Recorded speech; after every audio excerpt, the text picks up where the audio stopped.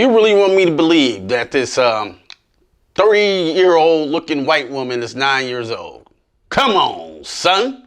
Welcome back to another episode of Q Reviews. In this Q Review, we'll be talking the Orphan First Kill. Now, if you haven't seen the first Orphan, I'm going to be spoiling it a little bit because I can't even talk about this movie without talking about the first movie. So in the first movie, Esther is portrayed as a little 9-year-old girl. She happens to be a psychopath, but the big twist in the movie, she's actually 33 years old and a little nasty freak and a little psychopath. That was one of the most underrated horror movies in the last 10 years, The Orphan. You haven't checked out The Orphan? Oh yeah, go check that out and come back here because I will not be giving spoilers into Orphan 2, The First Kill. So the basic synopsis of First Kill: Esther escapes the insane asylum. She finds another identity. Esther, this little girl who has been missing for quite some time, she assumes her identity and then moves in with the family because they were just so happy to see the daughter, and you know, all is well. Things that threw me out of the movie: yes, she looks older. You know, she started just playing this role when she was 13. Now she's 23 and it's very obvious. But I will say this though, the director gets very creative with his camera angles. They have the people standing on like stilts or crates to make them look taller and make Esther look smaller, you know, when they got the widescreen. But most of the time, the camera's usually behind her or on the side of her so she can look small. And then when she has to emote acting, they usually shoot it from a downward angle to make her seem smaller. So they use no CG here.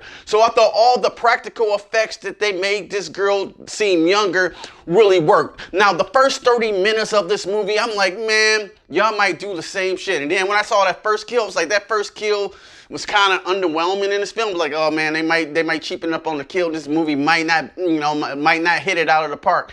And then something happens in the second act that totally changed the dynamic for the movie to me. It was a twist, but I did see this twist coming because I'm like, yo, things can't be this simple on a surface level. There has to be something else here. I mean, you can do the same movie as the first one, but I was hoping they were smarter than that, and they are. So I give kudos to the writing here in this film, because once that second act happened, that twist, I was fully invested in the film, and it became exciting. It became, you know, without spoiling it, you know, a challenge of wits. I'm just gonna put it like that. The girl who plays Esther here is back, and she does a tremendous job. Even though it takes a while to get used to her older face and the younger body, it's still kind of weird and disoriented, but she does a great job. Once she fits back in the character, she fits right back in that character like a plug. She was fire on this movie. But you know who almost steals the show? It's Julia Stiles from Save the Last Dance. God damn, she was good in here, bro.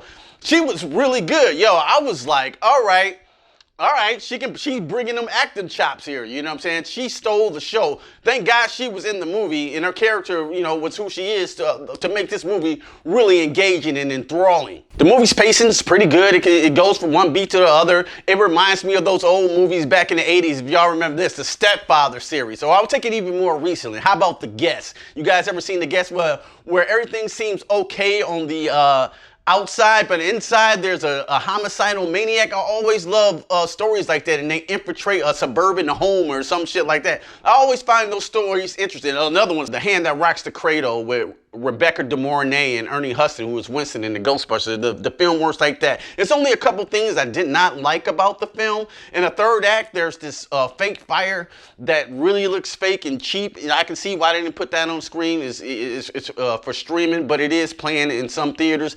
That threw me off, and I thought the ending was a little bit anticlimactic for what they build up to. I thought that could have been done better. But overall, man, I had a gang of fun with this movie. It's more a thriller than a horror movie.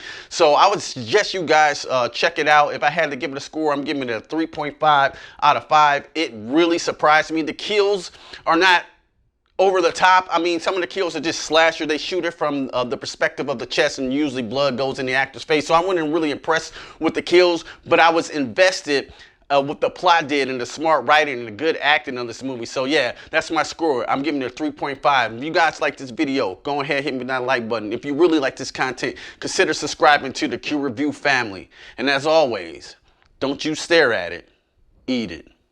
Peace. I'm out cold, you hoes been exposed. Walk up on you slow with the foe and unload. You got more left. left for dead on the road. I strode when your car got towed.